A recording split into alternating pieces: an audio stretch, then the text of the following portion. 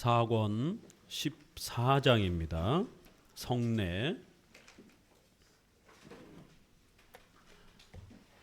성경 말씀 요한복음 6장. 우리 성례와 관련해서 요한복음 6장 41절 한번 읽어보도록 합니다. 41절, 42절 같이 한번 읽어봅니다. 6장 41절. 자기가 하늘로서 내려온 떡이라 하심으로 가로되 이는 그 부모를 우리가 지금 어찌하여 하늘에서 내려왔다 하느냐. 요한복음 6장은 예수님이 자신이 산 떡이다, 또 이렇게 자신의 피를 먹고 마셔야 된다. 예수님은 참된 양식이요 참된 음료로다. 이제 이러한 성찬과 관련된 중요한 가르침을 가르치고 있는데, 여기에 대해서 이제 유대인들이 알아듣지를 못하는 겁니다. 이 성례, 성찬이 도대체 뭔가, 예수님을 먹는다라는 게, 예수님을 마신다라는 게 이게 도대체 무슨 말인가? 이게 성찬이 너무 헷갈리고 어렵다라는 것이에요. 분명히 예수님의 그 부모를 우리가 아는데, 예수님이 가르치시는 그러한 자신을 참된 양식과 음료라고 말하는 것을 이해를 못하는 겁니다. 예수님의 이러한 육신의 부모도 우리가 아는데 어떻게 그 예수님을 중보자여 그리스도로 이렇게 받아들일 수 있는 것인가? 그리고 그 예수님을 먹고 마셔야 된다는 게 도대체 무슨 말인가? 엄청난 오해와 혼란이 벌어졌습니다. 52절 또 보면은요, 계속해서 이러므로 유대인들이 서로 다투어 가로되 이 사람이 어찌 능히 제사를 우리에게 주어 먹게 하겠느냐. 53절 예수께서 이르시되 내가 진실로 진실로 너희에게 이르노니 인자의 살을 먹지 아니하고 인자의 피를 마시지 아니하면 너희 속에 생명이 없느니라. 예수님의 살을 먹고 피를 마신다라고 이렇게 성찬을 가르치니까 어떻게 사람이 예수님의 이런 살을 먹고 피를 마실 수 있느냐? 그럼 식인종이 되는 거 아니냐? 이런 엄청난 오해를 하면서 이 말씀이 상당히 어렵다라고 계속 불평을 하는 겁니다. 55절, 56절 내 살은 참된 양식이요 내 피는 참된 음료로다. 내 살을 먹고 내 피를 마시는 자는 내 안에 거하고 나도 그 안에 거하나니. 예수님의 살은 참된 양식이고 피는 참된 음료라는 겁니다. 그래서 우리의 영혼을 살리는 아주 중요한 생명의 양식이다라고 이렇게 말합니다. 도대체 예수님을 먹고 마신다는 걸 어떻게 이해해야 되는가? 59절 계속 지금 이 성찬을 이해를 못해서 반문하는 장면들이 계속 쏟아져 나옵니다. 59절 이 말씀은 예수께서 제자 중 여럿이 듣고 말하되 이 말씀은 어렵도다 누가 들을 수 있느냐 한데, 예수께서 스스로 제자들이 이 말씀에 대하여 수군거리는 줄 아시고 가라사대 이 말이 너희에게 걸림이 되느냐? 그러면 너희가 인자의 이전 있던 곳으로 올라가는 것을 볼 것 같으면 어찌 하려느냐? 결국 이 성찬의 가르침이 백성들에게 걸림돌이 되었다라고 말합니다. 그러자 예수님은 이것도 이해를 못하면 예수님의 승천, 부활, 예수님의 죽음 이런 것들을 너희가 도대체 이해할 수나 있겠느냐라고 이렇게 다그치면서 성찬의 이러한 소중한 가르침이 백성들에게 걸림돌이 되고 있는 것에 대해서 탄식하면서 책망하는 이제 이러한 장면들이 나옵니다. 이 세례와 성찬, 성례라고 하는 교회의 거룩한 예식, 성례라고 하는 이 소중한 수단은 종교개혁 시대의 교회의 표지를 말할 때에 말씀과 성례 이렇게 두 가지로 잡기도 했고, 웨스트민스터 신앙고백으로 후대로 넘어오게 되면 말씀, 성례, 권징, 교회 정치제도 세 가지를 잡기도 했습니다. 참된 교회는 어떤 교회냐? 적어도 바른 교리 설교와 바른 성경에 대한 설명을 하는 그러한 교회, 그리고 성찬을 자주 집행하는 교회. 칼빈과 종교개혁자들은 매주 성찬을 하기를 원했을 정도로 성찬은 교회의 표지요, 은혜의 수단의 표지요, 우리 종교개혁의 가장 소중한 개혁의 선물이기도 합니다. 그런데 오늘날 한국교회는 성찬을 다 잃어버렸습니다. 성찬을 자주 하는 교회를 찾아볼 수가 없습니다. 그저 1년에 2번, 그것도 단 한 번도 교육도 없습니다. 성찬이 뭔지 전혀 교육도 되지도 않고, 성찬의 이러한 예식의 중요성을 강조하지도 않고, 성찬의 참여 자격에 대한 부분들을 살펴주지도 않고, 최근에 더 나아가서는 어린이 세례가 확대가 되어서 우리 장로교는 유아 세례밖에 없습니다. 2살까지, 만 2살까지. 그런데 3살부터 13살 아이들을 내버려 두긴 뭐하니까 그 아이들한테도 어린이 세례라고 하는 형태로 세례를 주고, 세례를 받게 되면 성찬에 참여해야 되기 때문에 성찬을 허락해 주는, 벌써 통합 측이나 다른 데 감리교라든가 다 허락했고, 작년 재작년에 합동 측에서 어린이 세례까지만 허락을 했고, 양심이 있는지 성찬은 불가, 이렇게 애매하게 결정을 내렸습니다. 저희 교단도 이 요청이 올라왔습니다. 허니하니. 그랬을 때 저와 역사신학 교수가 연구위원으로 참여해서 절대로 안 된다. 2000년 동안 어린이 세례라는 것은 있지도 않았고, 또 어린아이들에게 성찬을 더더욱 줄 수 없다라고 우리가 2000년 동안 지켜온 건데, 이제 와가지고 어린애들한테 성찬을 먹어도 된다고 그러면 고린도전서 11장에 있는 것처럼 자신의 몸을 분변치 못하고 먹게 되는, 그리하여 죄를 짓게 되는, 그리스도의 몸을 욕되게 만드는 이러한 일에 빠진다라고 하는 이 엄청난 책망 앞에 빠지게 된다라는 것이에요. 더 심각한 것은 세례를 받고 성찬에 참여하는 입교 교인, 등록 입교 교인이 되게 되면 공동의회에 참여해서 결의권을 가질 수 있는 선거권, 피선거권을 확보할 수가 있습니다. 그러면 3살짜리, 5살짜리, 7살짜리가 목사 청빙과 장로 선택에 대한, 교회의 재산권 행사에 대한 이 모든 교회의 행정 절차에 결의권을 행사하게 됩니다. 이게 말이 됩니까? 세상에서도 미성년자라고 해서 18세와 19세로 나이를 어느 정도 아이들의 이성과 감정이 컨트롤되지 않기 때문에 미성년자로 보호하면서 국방의 의무도, 여러 가지 의무도 제외시켜주고 아이들을 보호하는 법적인 처벌과 이런 부분에서도 미성년자로서 보호해 줍니다. 그런데 어떻게 교회가 세상보다도 더 몰상식하게 5살짜리, 10살짜리 애들한테 교회 운영을 맡기고 교회의 선거권과 피선거권을, 그러면 거기는 아이들이 전도가 많이 돼가지고 청소년이 반이고 어른들이 반이면 공동의회 해가지고 그러면 중학생짜리를 장로로 뽑을 수 있습니까? 다수결로 하게 되면 공동의회에서 선거권, 피선거권을 갖게 되잖아요. 그래서 제가 고린도전서 11장에 그리스도의 몸을 분별하지 못하는 성찬이 도대체 뭔지, 그리스도의 피를 먹고 마신다는 게 이게 무엇인지를 교리적으로 성경을 통해서 깨닫고 회개하고 근신할 수 있는 이러한 성화의 자기 부정에 이러한 책임을 다할 수 없는 어린아이들은 성찬에 허락되면 안 된다라는 거예요. 왜요?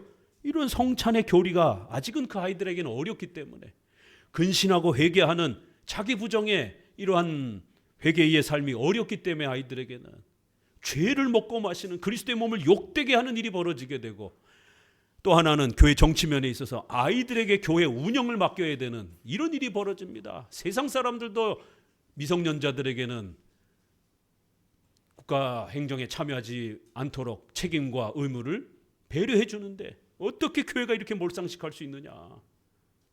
교회가 붕괴됩니다. 이건 세상으로부터 조롱거리가 됩니다. 애들이 운영하는 그러한 단체가 돼버립니다. 이 두 가지를 들어서 강력하게 조직신학 입장에서 반대했고 또 역사신학 교수님도 발표를 하면서 반대해서 가까스로 소위원회 신학위원회에서 반대를 표를 확보해가지고 본회의에서 결국 저희 교단은 어린이 성례는 당분간 금지로 결의를 한 겁니다.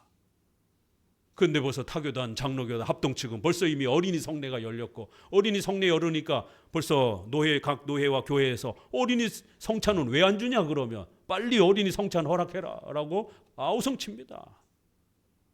어제까지 작년까지 죄라고 했던 내용이 올해는 죄가 아니라는 거예요. 이걸 신자들이 어떻게 이야기했습니까? 교리가 그렇게 죄가 매년마다 달라집니까? 교리 공부, 성경 공부를 하지 않으니까 이런 일들이 벌어지는 거예요. 죄를 죄인 줄도 모르는 거예요. 애들이 칭얼대고 우니까 왜 엄마만 빵 먹습니까? 그 나도 달라고 애들이 옆에서 빵을 보니까 배가 고프니까 먹고 싶은 겁니다. 너도 먹으라 하고 입에다 주는 거예요. 그리스도의 몸을 욕되게 하는 이 행위들을 교리 공부를 성경 공부를 안 하니까 그냥 막 행하는 겁니다. 고린도전서 11장에 어떤 경고가 있었습니까? 성찬을 엉망진창으로 막 행하는 거예요. 그래서 책망하면서 너희 중에 병든 자와 잠든 자들이 이렇게 있는 많은 이유가 바로 이 성찬을 등한시했기 때문이다. 잠든 자, 죽은 자를 그렇게 말하는 겁니다. 성경에는. 병든 자, 죽은 자, 고린도 교회가 왜 이런 엄청난 질병의 책망을 받고 있느냐라는 거예요. 고린도 교회 성도들이 막 질병 때문에 죽어나가는 겁니다. 왜요? 성찬 제대로 안 해가지고. 성찬을 소홀히 하고 잘못하게 되면 하나님이 무서운 질병으로 고린도 교인들을 죽이시고 심판하시는 장면을 우리는 귀담아 들어야 됩니다. 오늘날도 성찬을 등한시하고 소홀히 여기게 되면 하나님의 무서운 징계를 받습니다. 그런데 한국 교회는 성찬에 대한 교육 단 한 번도 하지도 않습니다. 첫 번째 주신 이 소중한 성례는 다 집어던지고 제2성령 세례라고 하면서 방언이나 신비체험, 황홀경, 미래를 예언하는 이런 거나 성령 세례, 능력 세례, 성령 체험 이러면서 제2성령 세례가 더 중요하다 이러고 결국 있는 겁니다. 첫 번째 세례와 성찬은 다 집어던졌습니다. 그건 형식적으로 받는 거고요. 두 번째 받는 제2의 성령 세례가 중요하다라면서 그렇게 신비 체험을 더 강조하는 세례와 성찬은 별로 중요하지 않는 이런 제2성령 세례를 강조하는 이런 시대가 되었습니다. 제2성령 세례 운운하는 건 이건 전부 다 신사도 운동에서 온 겁니다. 한국교회는 바야흐로 노래 중독 때문에 교회가 타락하고 부패하는 시대가 되었습니다. 세례와 성찬을 집어던지고 노래 중독에 빠졌습니다. 찬양 중독에 빠진 거예요. 찬양은 1시간 내내 울면서 찬양은 열심히 하는데 성찬은 하나도 행하지 않는 거예요. 설교는 20분밖에 안 하는 겁니다. 찬양은 1시간씩 하는데 설교는 1시간 못 듣는 거예요. 지루해가지고. 노래하는 건 1시간, 2시간씩 대학생 선교단체 집회 가게 되면 2시간, 3시간 노래합니다. 콘서트의 모습이나 찬양 집회의 모습이나 뭐가 다릅니까? 똑같은 거예요. 용어만 하나님으로 바뀌었을 뿐이지. 노래 가사도 교리적인 성경적 내용은 다 사라져버리고 그저 이 리듬감을 살리는 그런 박자 맞추기에 그러한 몇 단어만 계속해서 반복하는 리듬을 살리기 위한 가사지 그게 어디 성경의 내용을 설명하는 가사입니까? 할렐루야 할렐루야 할렐루야 막 계속 100번 반복하면서 할렐루야가 뭔 뜻인지도 모르고 할렐루야가 어느 때 나오는 것인지도 모르고 마치 주문을 암송하듯이 그렇게 노래의 이러한 가락 리듬에 흠뻑 젖어서 젊은 청년들이 노래하다가 집에 돌아갑니다. 어린아이들은 주일학교 가서 주일학교 찬송 부르면서 게임하고 놀다가 돌아갑니다. 청년이 되어서는 2시간, 3시간씩 찬송 부르다가 찬양하다가 찬양 집회하다가 돌아갑니다. 성경은 눈꼽만치도 배우지 않는 것이에요. 세례와 성찬이 무엇인지 교리 공부는 하나도 하지 않는 것이에요. 세례와 성찬은 참여하지 않는 겁니다. 결국 한국 교회는 노래하다가 부패했습니다. 노래 중독에 빠져 있어요. 설교에 이 집중을 잃어버렸고 교회의 거룩한 예식이라고 하는 2000년 동안 지켜온 세례와 성찬은 다 집어던지고 성경적 근거가 없는 하나님이 은혜의 수단으로 약속하지도 않은 그러한 찬송은 2-3시간씩 부르면서 온통 모든 예배가 다 찬양 예배로 뒤바뀌어 버렸습니다. 찬양을 부를 때는 막 감정이 뜨거워지죠. 그러나 문 닫고 교회 문을 닫고 나가는 순간 머릿속에 뭐가 남습니까? 아무것도 남지 않는 거예요. 감정을 그렇게 부풀게 했던 거는 교회 나가는 순간 다 가라앉는 겁니다. 찬양은 분명히 중요합니다. 그러나 모든 교회의 내용을 그렇게 감정을 끌어일으키는 그러한 형태로 배포를 하게 되면 노래하다가 결국 성경을 잃어버리고 노래하다가 교리를 잃어버리는, 노래하다가 예수님을 잊어버리는, 노래하다가 성찬을 잊어버리는, 그래서 교회는 결국 부패하고 타락하게 되는 일이 벌어지는 겁니다. 믿음은 로마서 10장 17절에 오직 믿음은 들음에서 나고, 들음은 찬양을 3시간씩 부르면서 믿음이 만들어지는 게 아니라 들어야 된다는 거예요. 뭘 들어요? 그리스도의 말씀에서 나온다. 믿음은 들음에서 나고 들음은 그리스도의 말씀에서 나온다는 거예요. 하나님의 말씀을 깨닫고 배우지 못하면 믿음이 안 만들어진다는 겁니다. 성경에서 가르치는 이 신앙 고백이 어렵기 때문에 하나님은 우리에게 아주 쉬운 방법으로 어린아이를 대하듯이 세례와 성찬이라고 하는 보이는 외적인 수단을 하나 더 추가해 준 겁니다. 그래서 말씀 중심의 예배와 성례 중심의 예배로 이렇게 둘로 구별할 정도로 말씀에 대한 경청과 성례에 대한 참여, 눈으로 보고 만지고 참여하는 이러한 외적인 수단에 참여하는 유일한 은혜의 수단을 성찬, 세례로 만들어준 겁니다. 찬양으로 그렇게 외적인 수단을 만들어준 게 아니에요. 찬양은 그저 예배의 한 작은 부분일 겁니다. 부분인 겁니다. 공식적인 외적인 감각의 수단은 세례와 성찬입니다.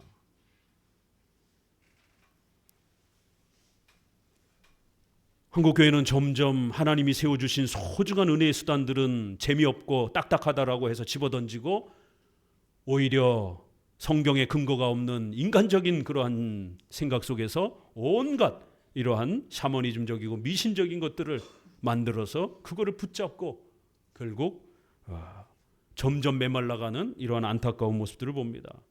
오늘날 성도들에게 세례와 성찬을 가르치게 되면, 특별히 성찬은 우리 장로교는 영적 임재설입니다라고 하면 생전 그 단어를 처음 들어봤다라고 하는 분들도 수두룩합니다. 영적 임재설. 예수님이 나를 먹어야 된다, 내 피를 마셔야 된다라고 하니까 유대인들이 어떻게 자기 살을 주어서 우리한테 먹이겠냐라는 거예요. 어떻게 뜯어줄 거냐라는 겁니다. 우리가 식인종이냐? 왜 네 살을 먹느냐라고. 영적 임재설입니다라고 하니까 도대체 영적 임재설이 뭡니까? 라고 묻는 겁니다. 심각한 겁니다. 이게 은혜의 수단인데 공적으로 우리 성도들이 갈급하고 메마를 때마다 이 성찬을 주셔서 성도들이 예수님을 충만히 그 은혜를 누리며 살아갈 수 있도록 주신 가장 소중한 은혜의 수단인데, 이거를 교회가 잃어버려가지고 도대체 이 영적 임재설이 뭔지, 성찬이 무엇인지를 전혀 배우지 못하는, 누리지 못하는 이러한 심각한 상황에 빠져 있는 것이. 결국에 이 성찬 너무 어렵도다, 영적 임재설 너무 어렵다, 교회에서 무슨 그런 성찬, 영적 임재설 이런 걸 가르칩니까? 그저 재미난 찬송이나 많이 하고 갑시다.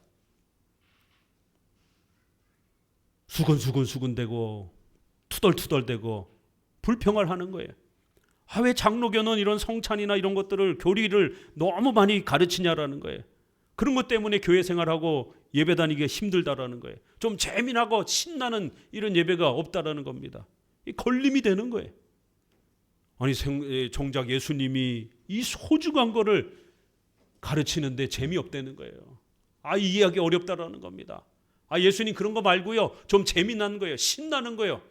그런 어려운 거는 이해도 안 되고 머리도 아프고 신앙의 걸림돌이 됩니다. 불편합니다. 그런 것 때문에 장로교 다니기 어렵습니다. 걸림돌이 된다라고 투덜대는 겁니다. 66절 같이 봅니다. 66절 결론입니다. 이러므로 제자 중에 많이 물러가고 다시 그와 함께 다니지 아니하더라. 예수께서 12 제자에게 이르시되 너희도 가려느냐? 시몬 베드로가 대답하여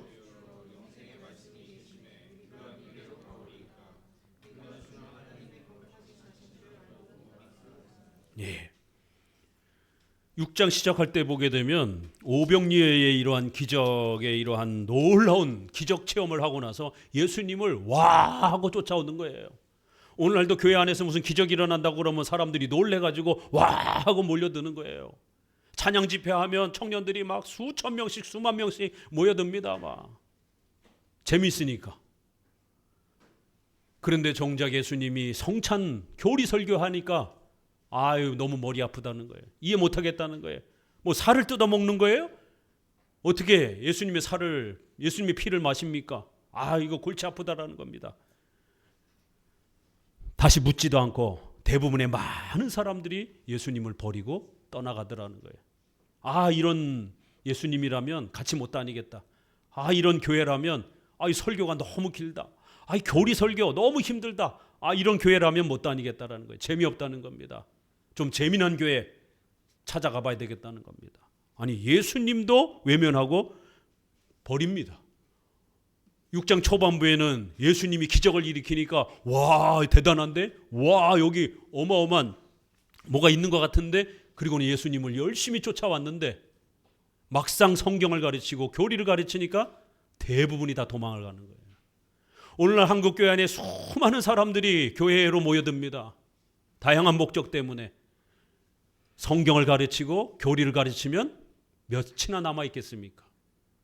성찬의 영적 임재서를 가르치면 과연 몇이나 남아있겠습니까? 대부분 다 도망갈 거예요.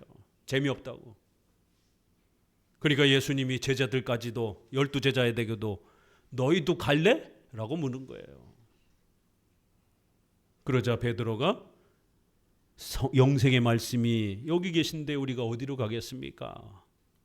주는 하나님의 거룩하신 줄 믿고 알았습니다. 예수님의 살을 먹고 마신다는 건 뭐라고요? 예수님을 믿는 것이다라는 거예요. 결론이 그렇게 나는 겁니다. 그래서 우리가 오직 믿음으로 구원받는 바로 이 소중한 신앙의 본질을 우리가 너무 연약하다 보니까 외적인 형태로 떡과 포도주를 먹을 때 우리 배가 부르고 든든한 것처럼 이 상징적 수단을 사용해서 예수님이 우리와 하나됨을, 예수님이 우리의 영의 양식임을, 우리의 영혼을 돌봐주시는 영의 생명이심을 눈으로 보고 만지는 외적인 감각을 통해서 오직 믿음으로 우리가 예수님을 우리의 구원자로 믿고 의지하고 예수님과 우리가 연합하여 하나됨을 이 성찬을 통해서 다시 확인하는 겁니다.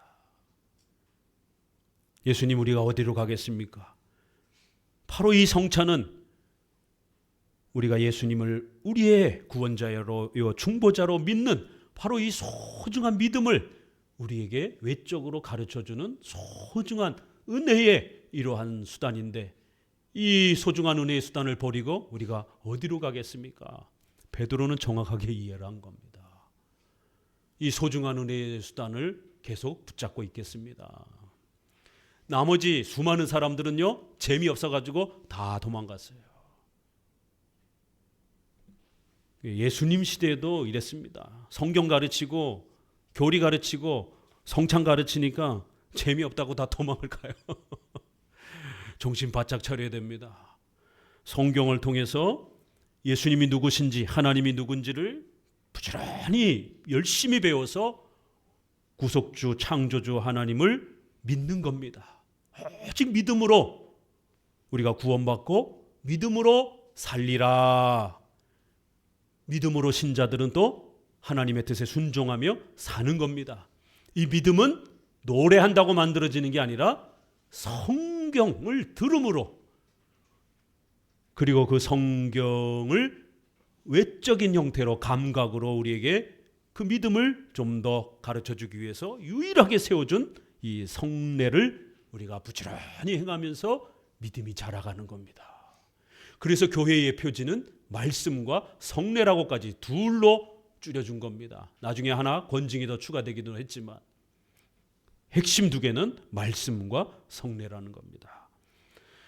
성례는 이렇게 우리에게 굉장히 중요한 겁니다. 창세기 17장 한 번 더 봅니다. 창세기 17장 7절 10절 처음으로 이 성례가 구약에서 최초로 이제 소개되는 장면이죠. 아브라함에게 자손과 땅에 대한 이 복음의 약속, 장차 예수님이 오실 것이고 예수님의 나라로 우리가 초대될 것이라고 하는 이 소중한 은혜 언약을 7절 8절에 주시고 외적인 표시를, 표징을 하나 만들어주겠다 이러면서 10절부터 이렇게 소개됩니다. 같이 읽어요. 너희 중 남자는 다 할례를 받으라. 이것이 양피를 베어라. 이것이 나와 너희 사이의 언약의 표징이니라. 대대로 남자는 집에서 남자와 혹 너희 자손이 아니요 이방 사람에게서 돈으로 산 자를 물원하고 난지 8일 만에 할례를 받을 것이라. 너희 집에서 난 자든지 너희 돈으로 산 자든지 할례를 받아야 하리니 이에 내 언약이 너희 살에 있어 영원한 언약이 되려니와 할례를 받지 아니한 남자 곧 그 양피를 베지 아니한 자는 백성 중에 끊어지리니 그가 내 언약을 배반하였음이니라. 우리는 하나님의 자녀가 되고 하나님 우리의 아버지가 되어주는 예수님을 통해서 우리의 신분이 변화되어 우리는 하나님의 자녀가 되는, 죄사함 받고 하나님의 자녀가 되는 이 엄청난 복음의 약속, 은혜 언약을 7절 8절에 약속해 주고 난 다음에 오직 믿음으로 붙잡는 이 소중한 내용을 우리가 연약하기 때문에 하나님이 눈에 보이지 않다 보니까 자꾸만 믿음이 연약해지는 거예요. 그래서 외적인 수단과 감각을 하나 주신 겁니다. 할례를 행하라. 남자의 성기의 양피를 끊어내라는 겁니다. 하고 많은 몸의 수단 중에 왜 하필이면 남자의 성기일까요? 우리가 군대 갈 전쟁터에 가면은 머리카락하고 손톱을 잘라서 이렇게 부모님에게 보내기도 하잖아요. 그런데 성경은 이 은혜 언약을 외적으로 표시해 주는 이 표징을 할례라는 형태로, 남자의 성기의 표피를 잘라내는 이러한 할례 형태로 만들어 준 겁니다. 그럼 왜 하필이면 성기입니까? 우리가 최근에 신명기 레위기에서 보는 것처럼 남자의 생식기는 사람을 만드는 생명의 근원에 해당이 되는 수단이잖아요. 그렇기 때문에 우리 인간의 더럽고 부패한, 우리가 태어나면서부터 원죄를 물려받는 이 생명의 시작부터 우리가 죄인이 되어지는 이 출발 자체를, 그 근원을 잘라 없앤다라는 거예요. 인간의 더러운 부패와 원죄를 잘라 없앤다라고 하는 그런 의미가 다른 데보다는, 머리카락보다는, 손톱보다는 우리 생명의 근원이 되어지는 그 수단이 되는 생식기 부분을 잘라내는 게 훨씬 더 의미가 크잖아요. 외적인 의미가.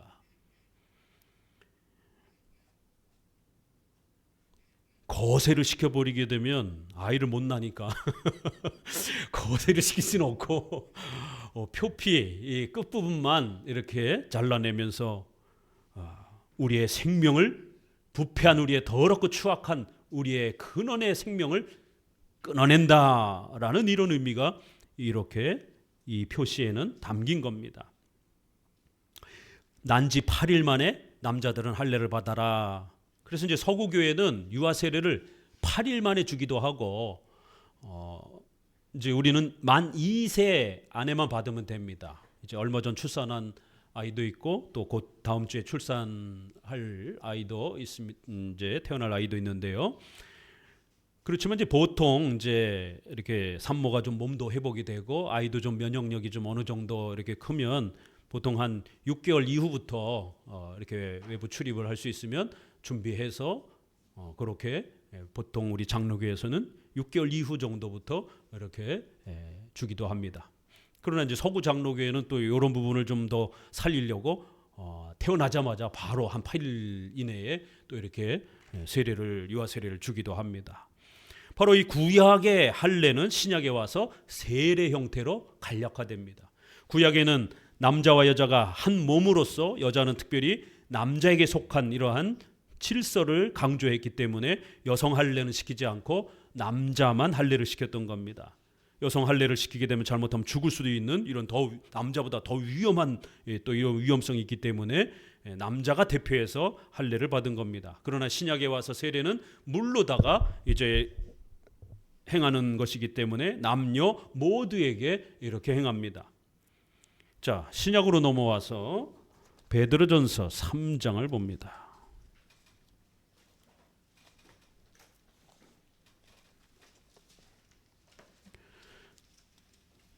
베드로전서 3장 21절.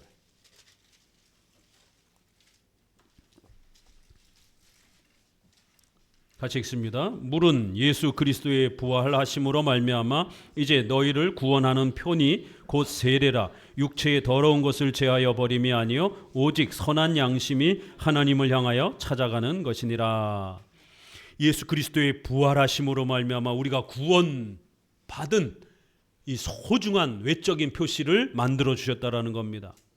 죄 사함 받고 우리가 하나님의 자녀가 되었다는 구원받은 것에 대한 이 표시를 하나님이 만들어 줬다라는 거예요. 바로 세례라는 겁니다. 물이 더러운 것을 씻듯이 예수님의 피가, 예수님의 죽으심과 부활하심이 우리의 모든 더러움과 악함을 씻어냈다라는 겁니다. 육체의 더러운 것을 제함이 아니요 바로 우리의 악한 양심이 깨끗해졌다라는 거예요. 중생, 거듭났다라는 것이죠. 하나님의 자녀가 되는 이 소중한 구원의 이 표시를 물로 그렇게 이제는 의식을 행한다라고 이렇게 표현해 주면서 신약에서의 세례의 중요성을 강조합니다. 자, 세례는 그러면 언제 공식화됐죠? 구약은 할례였다가 신약은 세례가 되었습니다.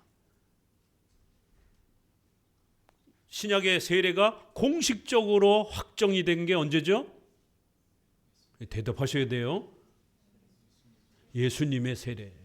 예수님도 세례를 받으셨잖아요. 예수님이 본격적으로 이제 복음의 사역을 하는 공적인 사역을 우리가 공생애라 이렇게 표현합니다.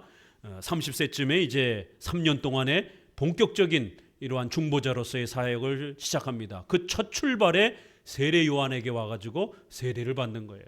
우리 모두는 우리의 죄를 씻김 받기 위해서 그 표시로 구원받았다라는 것을 표시로 알려주기 위해서 세례를 받습니다. 그러나 예수님은 죄가 없기 때문에 죄 씻음 표시를 할 필요가 없는 거예요. 왜 예수님은 세례를 받았는가? 죄사함의 표시는 아닙니다. 예수님한테는. 예수님은 바로 이 세례가 얼마나 소중한 것인지, 바로 이 세례는 하나님이 기뻐하시고 바로 구약의 할례가 이제 신약의 세례로 바뀌어지는, 그리하여 교회 안에 영원토록 간직해야 되는 소중한 하나님이 주시는 하나님의 백성이 되어지는 이러한 표시라고 하는 것을 예수님이 스스로 이 세례를 존중해 주시고 이제부터는 세례로 교회가 이 질서를 지켜가라고 예수님 스스로도 이 세례를 공적으로 인정해 주기 위해서, 예수님은 자신의 죄 때문이 아니라 세례를 공식화하기 위해서 스스로 그렇게 세례요한에게 와서 세례를 받으면서 세례가 신약에 공식화되었습니다. 꼭 상식적으로 알고 계셔야 돼요. 자, 이렇게 세례와 성찬은 유일한 교회의 외적인 수단입니다. 그래서 매주 행하기도 원했고 한 달에 한 번, 또 저희 교회는 2달에 한 번씩 이렇게 행하기도 하고, 성도들이 잘 교육되어지면 이제 한 달에 한 번 정도 이렇게 더 당겨서 할 수도 있습니다. 이렇게 세례와 성찬은 은혜의 수단으로서 교회의 표지로서 아주 소중한 겁니다. 근데 이게 이제 워낙 어렵다 보니까 교회 역사 속에서 양극단이 또 나오는 겁니다. 이 양극단은 로마 가톨릭의 화채설. 로마 가톨릭의 화채는 변한다라는 거예요. 뭐가? 채.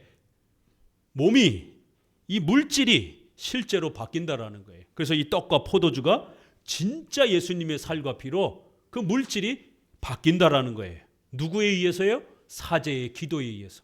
그래서 사제의 이 기도가 막강한 힘을 갖는 겁니다. 사제의 권한과 능력이 어마어마해지는 거예요.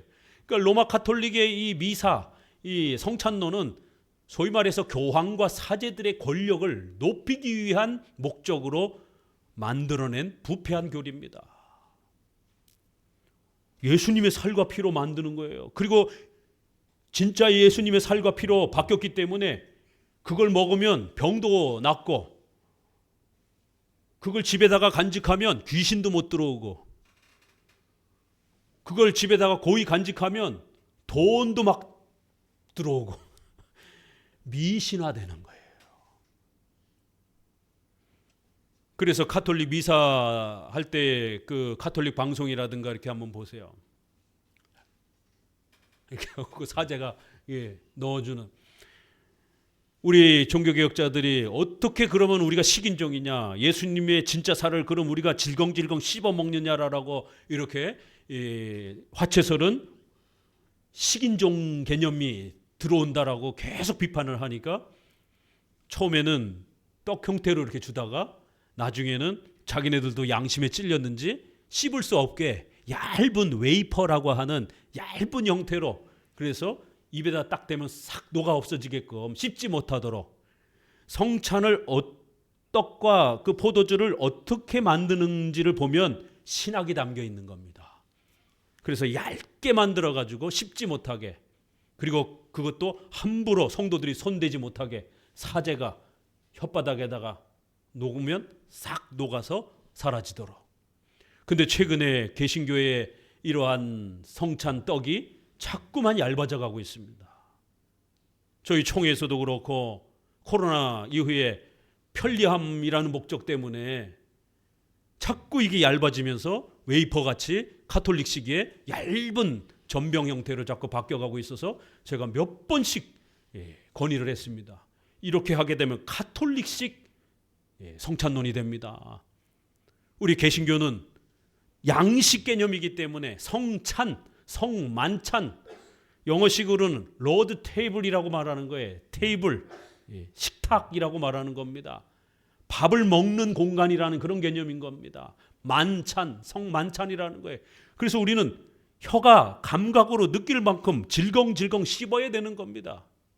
이 코딱지만큼 요만큼 주는 거예요. 개신교의 이 성찬빵을 보게 되면 뭐 이거 씹었는지 안 씹었는지도 느끼지도 못할 정도로 그냥 요만큼만 주는 겁니다. 그것도 점점 얇아지고 이러면 안 되는 겁니다. 이만큼씩 줘야 되는 거예요.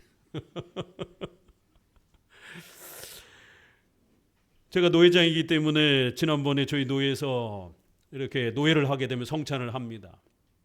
개교회를 가보게 되면 성찬에 대한 신학이 나타나는 거예요. 그래서 제가 저희 노회에서도 몇 번씩 이 노회할 때 성찬의 이 떡과 포도주에 대한 부분을 몇 번 자꾸 이렇게 지적했습니다. 빵이 자꾸 얇아져 가는 것에 대해서, 포도주가 자꾸 주스로 바뀌는 것에 대해서, 우리가 산모라든가 이렇게 특수한 경우는 어쩔 수 없이 주스로 사용하지만 성경은 포도주라고 했기 때문에 될 수 있으면 포도주로 지켜가야 되는 겁니다. 근데 이게 자꾸 얇아지고 포도주도 눈곱만큼만 요만큼만 줘요. 이게 그래서 입에 들어갔는지 안 들어갔는지도 성도들이 잘 모를 정도로. 이게 저희 교회 오니까 떡을 저희 주던 거에 반밖에 안 드렸어요. 그래도 이만큼 되잖아요. 성찬 잔이 저희가 한 이만하잖아요. 목사님들이 잡숫고 나서는 아유 은혜를 많이 받았습니다. 노 회장님 그러는 거에서 아유 성찬식을 은혜스럽게 해서 그런가 그랬더니 나중에 막 웃으시는 거예요. 그래서 왜 웃나 봤더니 포도주를 너무 많이 먹어가지고 얼굴이 화끈화끈거린다라는 거예요.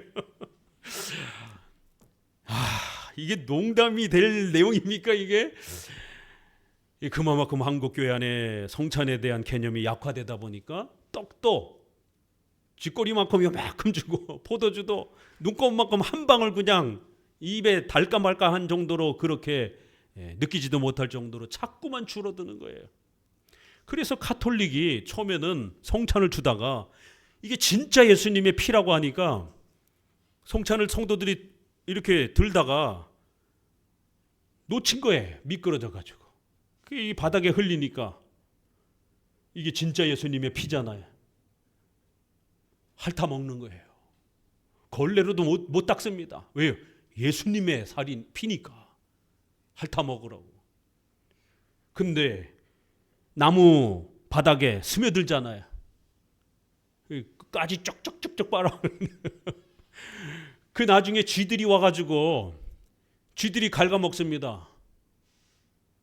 쥐가 예수님화 되는 거예요. 신격화 되는 거예요. 이게 가톨릭 사제들의 논쟁입니다.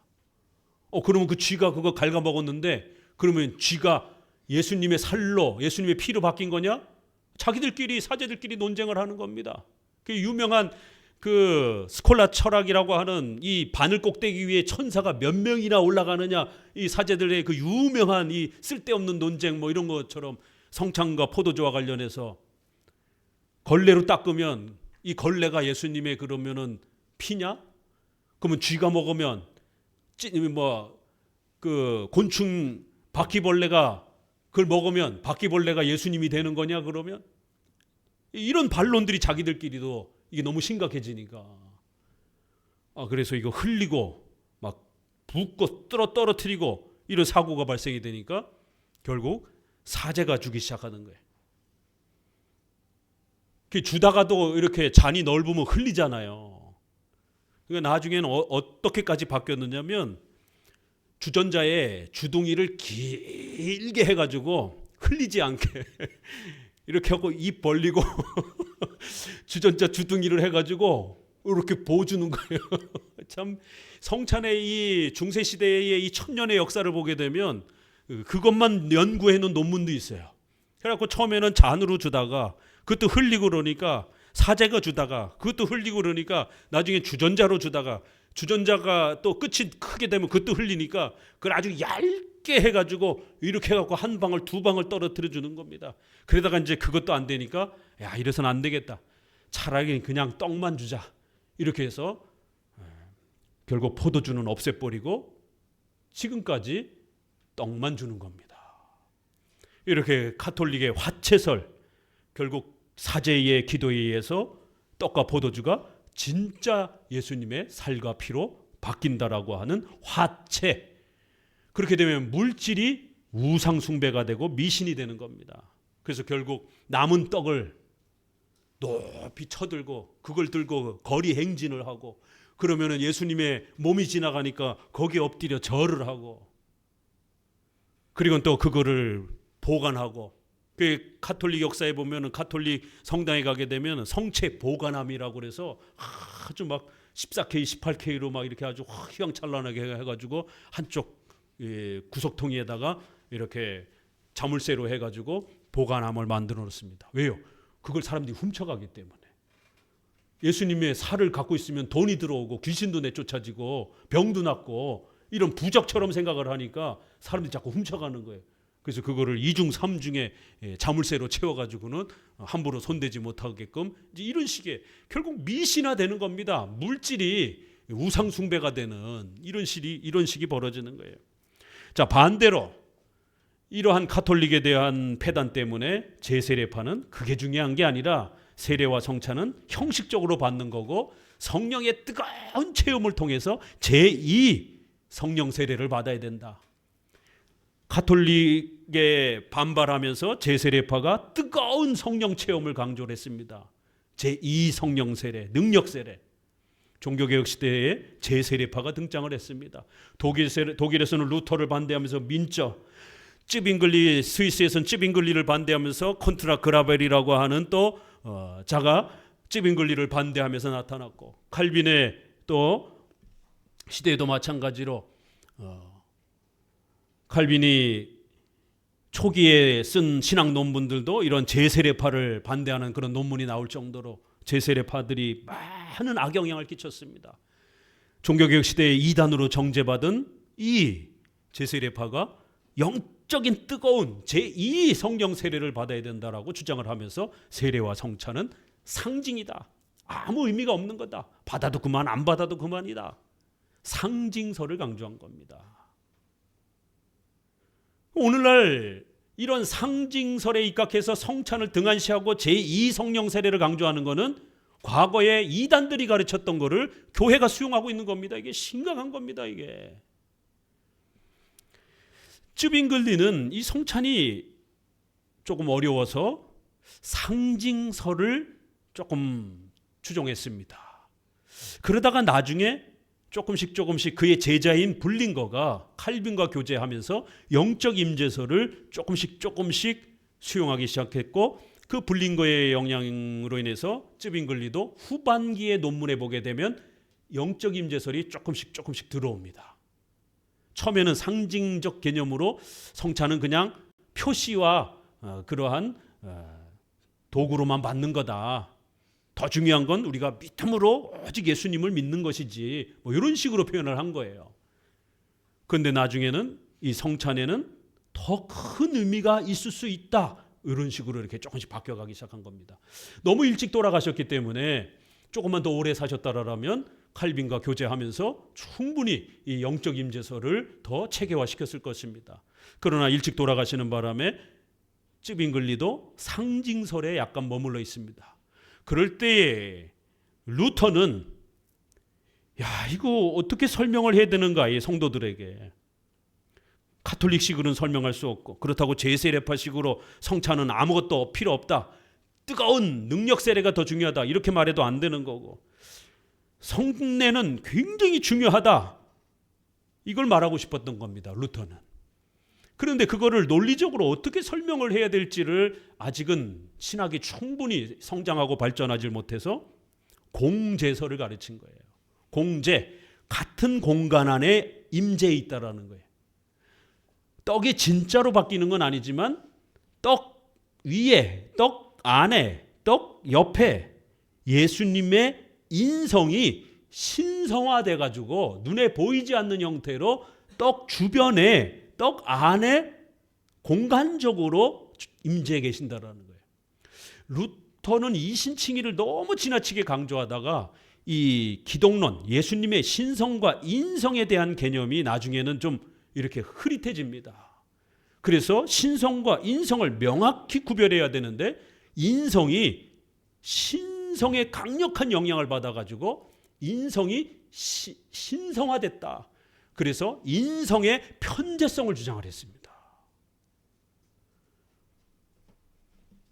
인성도 모든 곳에 계시다라는 거예요. 이건 잘못된 겁니다. 인성의 신성화, 인성의 편재성을 가르치면서 인성이 신성 안으로 스며들어가지고 신성처럼 여러 공간에 계신다라는 거예요. 그래서 인성이 신성화된 형태로, 눈에 보이지 않는 형태로 빵 옆에 인성이, 빵 안에 인성이 공간적으로 동시적으로 존재한다라는 거예요.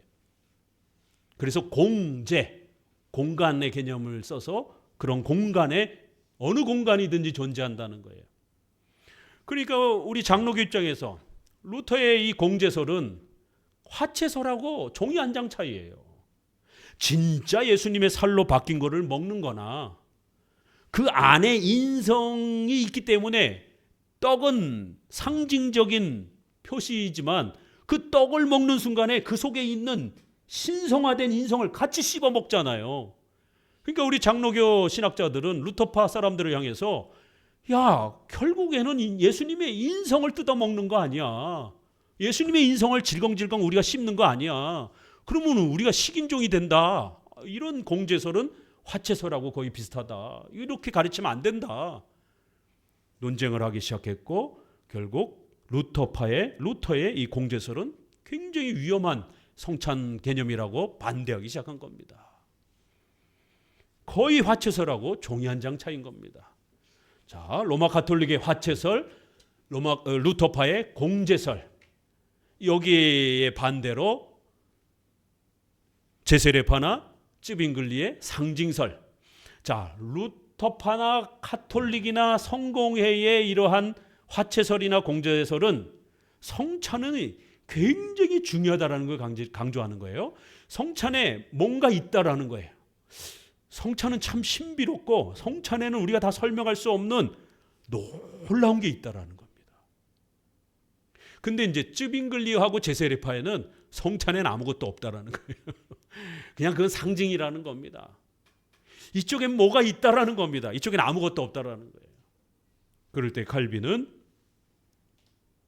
어떻게 보면 이 중간쯤에 있는 입장인 겁니다. 분명히 외적인 떡과 포도주는 상징설을 이야기하는 이쪽처럼 떡과 포도주는 상징적인 표시요 도구입니다. 이걸 가지고 온 거예요. 떡과 포도주는 절대로 진짜로 예수님 살과 피로 바뀌는 게 아니에요. 그건 상징적인 표시요 도구입니다. 그렇지만 그러나 떡과 포도주를 말씀에 따라서 우리가 잘 사용하게 되면 예수님이 만들어주신, 예수님이 십자가에 죽으시기 직전 마지막으로 남겨주신 소중한 은혜의 수단이기 때문에 이건 하찮은 게 아니라는 겁니다. 성찬에는 뭐가 있어요. 성찬에는 중요한 뭔가 있다라는 겁니다. 그렇기 때문에 성찬은 중요하게 취급해야 된다. 가톨릭의 루터파의 중요성 개념을 또 가져온 거예요. 그러나 루터파나 가톨릭과 같은 실제로 예수님의 살을 뜯어먹는 개념은 위험하기 때문에 그 개념은 안 가져온 겁니다.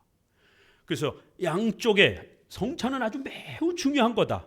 그러나 외적인 표시는 상징적인 것이다. 이 두 개념이 이렇게 결합이 되면서 그러면 성찬에는 도대체 우리가 어떻게 참여해야 되고 도대체 성찬에서는 무엇이 주어지는 거냐라고 이제 가르치기 시작한 겁니다.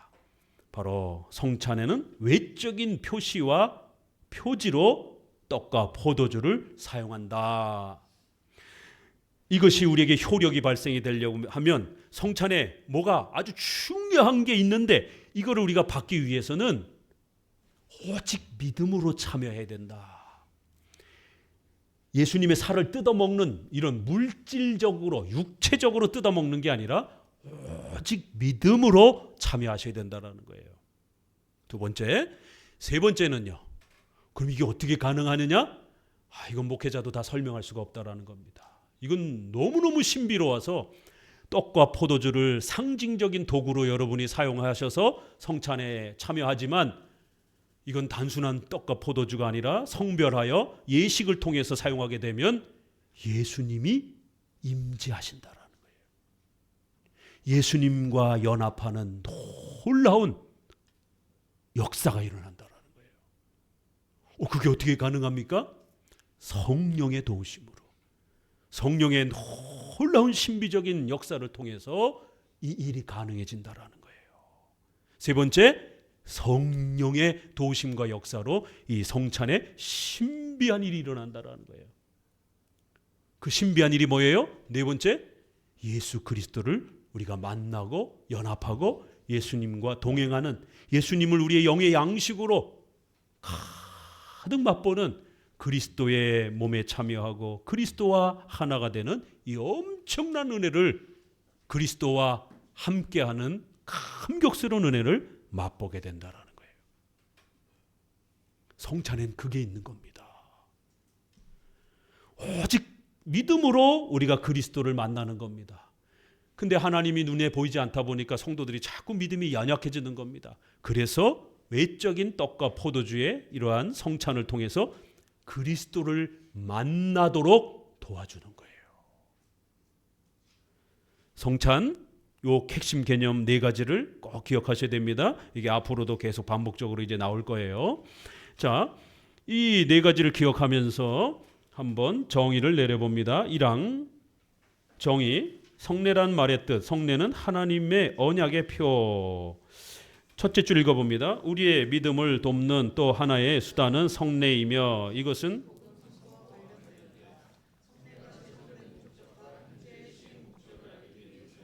거기에 대한 명확한 교리를 아는 것이 매우 중요하다.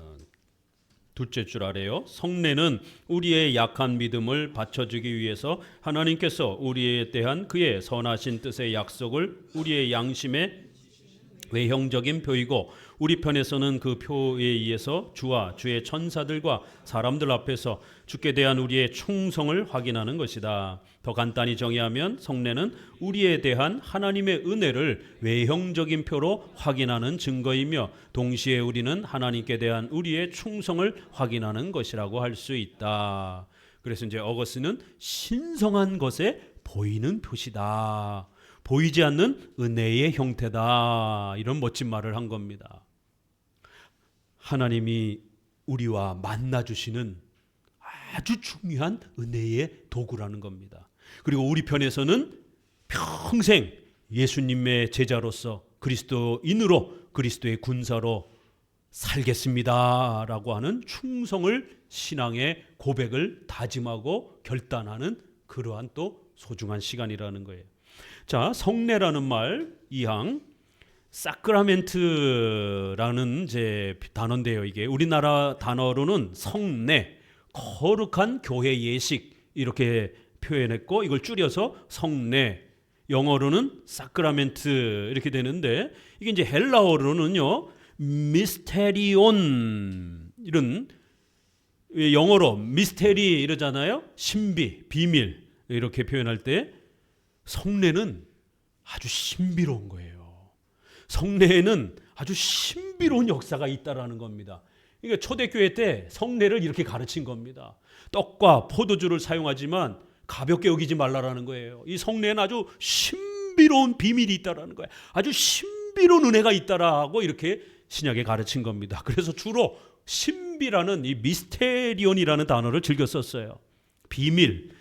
여기 에베소서 1장 9절에도 보면 그 뜻의 비밀 3장에도 보면 내게 비밀을 알게 하셨고 골로새서도 이 비밀은 크도다 경건의 비밀이여 디모데전서도 그렇고 밑에서 셋째 줄 그는 비밀이란 말을 쓰면 위대한 일을 낮추게 되는 듯해서 이 말을 피하려고 신성한 일에 관계된 비밀을 사크라멘트라고 번역했다. 이게 이제 영어로 번역이 되면서 이 단어를 미스테리라고 이렇게 번역하기는 조금 어려움이 있다 보니까 더 거룩하고 신성한 그러한 내용이 담겨 있는 거기 때문에 글자 그대로 이렇게 번역하기보다는 새로운 단어를 쓴 겁니다. 사크라멘트라고 하는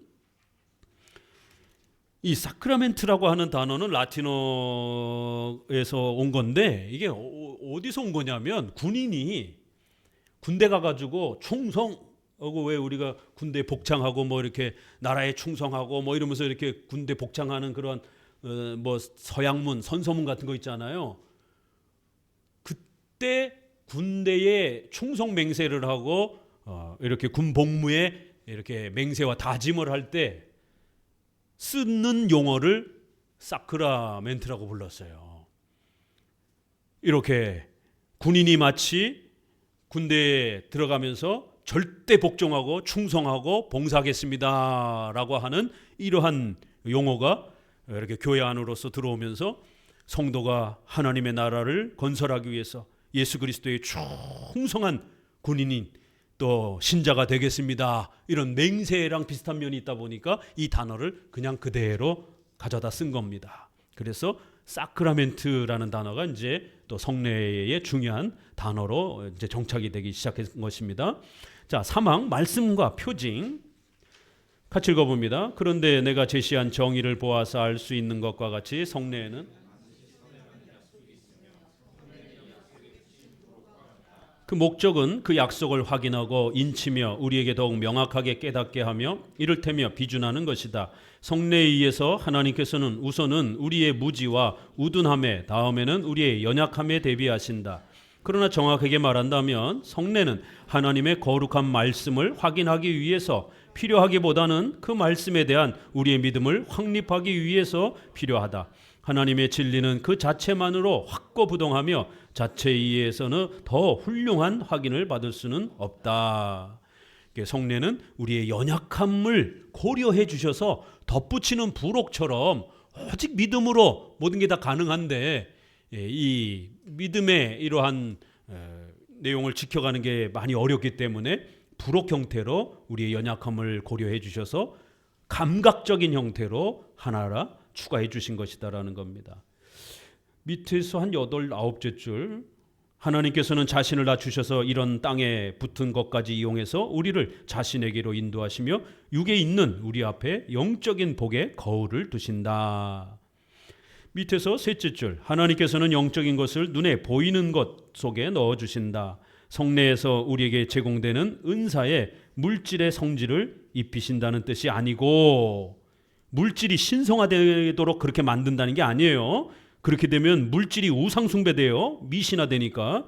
이렇게 하면 안 되고, 이런 표시 방법으로 그 은사의 표시, 표징을 만들어 주셨다는 겁니다. 그러니까 떡 자체가 진짜 신성화되는 그런 방식이 아니라 떡을 하나의 신적인 그리스도의 몸에 대한 표시, 표징으로 사용하도록 그렇게 만들어준 거라는 거예요. 그 단어 차이가 굉장히 중요합니다. 사항, 말씀은 표징을 설명해야 된다. 그렇기 때문에 이 표시와 이 표징이 제대로 활용이 되려면 반드시 교육이 앞서야 된다는 겁니다. 성경에 대한 교육을 제대로 하지 아니하면 이게 뭔지 어떻게 알아요, 이게. 그래서 초대교회 때 네로가 교회를 핍박할 때에 무슨 제목으로 핍박을 했느냐면, 저것들이 신자들이 몰래 밤에 모여가지고 이거는 내 살이요, 이거는 내 참된 피요, 이러면서 벌컥벌컥 뭘 먹고 뭘 씹어 먹더라는 거예요. 그리고 애들을 뭘 이렇게 유아들을 불러내가지고 뭘 이렇게 끼얹고 그런다라는 거예요. 그러는 모습을 본 겁니다. 그러니까 세례, 유아 세례, 그 다음에 성찬, 이러니까 저것들이 애들을 구워 먹는가 보다.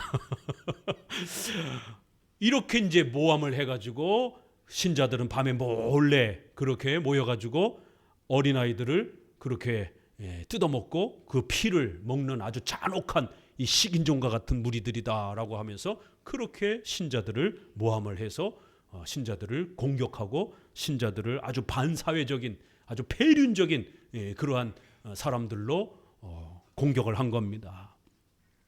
왜요? 비밀스럽게 행하니까 일반 사람들은 도대체 저 사람들이 뭘 하는 건지, 모여가지고 뭐 시뻘건 거를 이렇게 먹는데 도대체 저게 뭔지, 그리고 뭘 찢어가지고 이렇게 질겅질겅 먹는데 도대체 뭘 먹는지 아주 비밀리했단 말이에요. 그리고 신자들 중에도 아무나 참여하지 못하게 하고 반드시 세례받은 신자들에게만, 또 등록 입교한 사람들에게만 이렇게 철저하게 자격을 줘서 참여케 하다 보니까 아주 비밀스럽게 하니까 더 궁금한 것이죠. 그러니까 멀리서 이렇게 비밀리 이렇게 숨어서 쳐다보고 그러다 보니까 잘 모르니까 그런 오해가 있을 수 있었던 것입니다. 그래서 반드시 이 성찬은 말씀을 통해서 이 의미가 무엇인지를 정확하게 가르쳐 줘야 된다는 겁니다. 위에서 3째 줄, 마술사의 주문같이 성례에 사용되는 물질을 성별하는 힘이 있는 것으로 이해해서는 안 된다. 사제가 마치 기도하면 떡이 진짜 예수님의 살과 피로 바뀌는 것처럼, 마술사가 이렇게 뭔가를 변화시키는 것처럼 이렇게 행하면 안 된다라는 겁니다. 그것은 그 말씀을 선포할 때 보이는 표징의 뜻을 우리로 하여금 깨닫게 하는 것이다. 우리 성도들이 말씀을 잘 배워서 떡과 포도주가 무슨 의미가 있는 것인지를 깨닫고 배우는 데 중점을 둬야 된다는 거예요. 사제들은 축성경, 이 축성이라고 합니다. 이거를 줄여서 consecration이라고 해서 축성이라고 해요. 우리 장로교는 축사라고 합니다. 예수님이 떡을 떼어 하늘을 우러러 기도하고 이렇게 축사라고 하는 거예요. 감사기도로 이런 걸 줄여서 축사라고 하는 겁니다. 근데 사제들은 진짜 예수님의 살로 바꾼다, 이렇게 해서 consecrate, 거룩하게 구별시킨다, 만든다, 이래서 축성이라는 단어를 쓰는 겁니다. 이것도 상식적으로 알고 계셔야 돼요. 사제들, 로마 카톨릭에서는 축성 기도를 하는 거고, 우리 개신교에서는 축사 기도를 하는 겁니다. 감사 기도를 하는 것이지 목사의 기도에 의해서 진짜 예수님의 살로 구별이 되는 게 아니에요.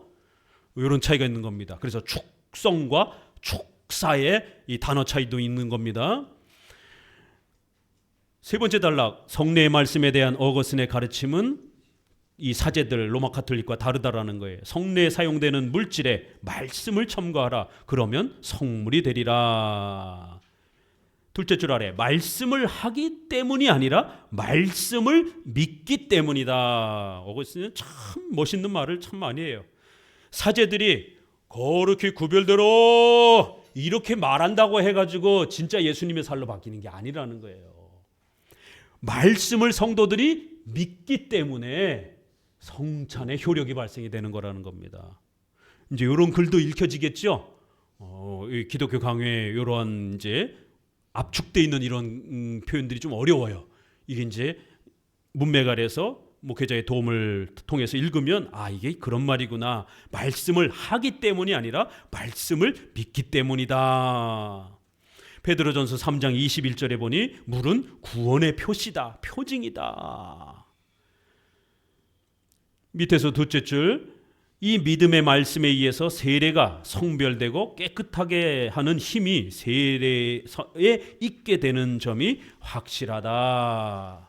340페이지, 그러므로 성례에는 믿음을 일으키기 위해서 복음 선포가 필요하다. 반드시 성경을 가르쳐 줘야 된다라는 겁니다. 위에서 여섯째 줄, 그 어떤 표징을 주실 때에 그 표징과 교훈은 서로 분리시킬 수 없게 연결되어 있고, 이 교훈이 없으면 우리의 감각 기관은 단순히 표징만을 볼 뿐이어서 어리벙벙해질 것이다. 성경을 가르치지 않으면, 성례에 대해서 교육하지 않으면 성찬은 미신이 된다라는 거예요. 이게 도대체 뭔 의미지? 이 빵을 왜 먹지? 이 포도주를 왜 마시지? 모르고 참여하게 되면 미신이 돼버리는 겁니다. 그래서 이 성을 가지고 충분히 교리 교육을 통하여 아이들이 이거를 충분히 소화해내기가 어렵다라는 겁니다. 아직은 이 성이 발달되기 전 미성숙한 나이이기 때문에. 그래서 적어도 만 14세, 15세 정도를 유아 세례 받은 아이들이 이제 어른 입교 등록하는 나이로 모든 교단들마다 대부분 그 정도를 만 14세, 15세, 중학교 한 2, 3학년 정도를 입교 나이로 두는 겁니다. 그 정도는 돼야 이런 성경의 영적 임재설에 대한 이런 교리들을 이해하고 배우고 믿을 수 있고 깨달을 수 있다는 겁니다. 그리고 근신하면서 자기 죄를 회개하면서 성찬에 참여할 수 있다는 거예요. 그러니까 구원의 표시가 되는 세례는 어린아이라 할지라도 주는 겁니다. 단 한 번 받는 거니까 세례는. 그렇지만 성화, 성장의 표시인 성례는 어린아이들한테는 안 주는 겁니다. 아직은 연약하기 때문에 이런 근신과 이런 교리에 대한 이해를 충분히 할 수 없어서 좀 더 큰 다음에 참여하라는 거예요. 구원은 아주 중요한 거기 때문에 구원에 대한 표시는 준다라는 겁니다, 유아들에게. 그러나 어린아이들이 성인이 될 때까지는 이 성화의 성장의 표시인 성찬은 조금 이따 주는 겁니다. 이렇게 세례는 구원의 표시인 것이고 출발의 표시인 거고, 성찬은 성장의 표시인 겁니다. 그렇게 차이가 있는 겁니다. 세례와 성찬, 구약에서는 할례와 유월절로 행하였고 신약에는 세례와 성찬의 형태로 이 성례가 행해진 것입니다. 자, 오늘은 여기까지 해서 이 성례의 중요성 먼저 여러분에게 소개해 드렸습니다. 기도합니다.